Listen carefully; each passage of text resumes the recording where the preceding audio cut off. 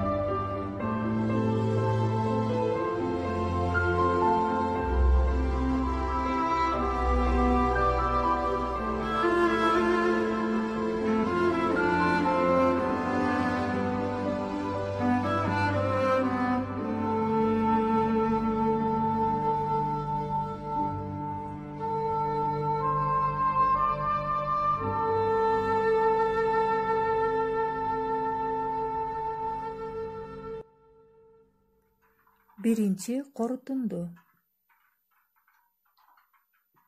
Кыргыз тилиндеги сөз түркүмдөрү маани берүүчү, маани бергөөчү жана өзгөчө сөз түркүмдөрү болуп бөлүнөт. Маани бергөөчү сөз түркүмдөрүнө кызматчы сөздөр кирет. Алар өз алдынча турганда эч кандай лексикалык маанини билдирбей, сүйлөмдөгү сөздөр менен бирге айтылып, сөз менен сөздү, сүйлөм менен сүйлөмдү байланыштырат. Балдар, силер көрүп турган сүрөттөгү көпүрө бул Англиядагы Тауэр көпүрөсү. Анда эмесе биз кызматчы сөздөрдү катыштырып, ушул көпүрөгө сүйлөмдөрдү түзөбүз. Анда эмесе кеттик.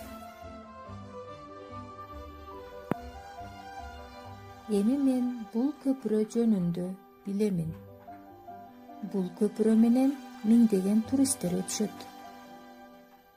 Мен мекенимди сүйөм, анткени мен Кыргызстанда жашайм. Биз деле жакшы окусак болмок. Кызматчы сөздөр өз алдынча турганда сүйлөм мүчөсү милдетин аткарбайт. Кызматчы сөздөр маанисине карай төрткө бөлүнөт.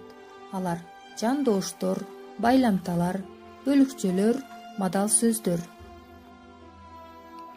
Жандоошторго аркылуу, сайын, сыяктуу, шекилдүү, тууралуу. Байламталарга жана, менен, да. Бөлүкчөлөргө гана, эле, эң, өтө. Мадал сөздөргө албетте, арине, чындыгында жана башка сөздөр кирет. Балдар, силер бүгүн кызматчы сөздөр жөнүндө маалымат алдыңар. Демек, үйгө тапшырма кызматчы сөздөрдүн ар бирине 2ден сүйлөм түзүп, дептерибизге көрсөтөбүз. Саламатта калгыла.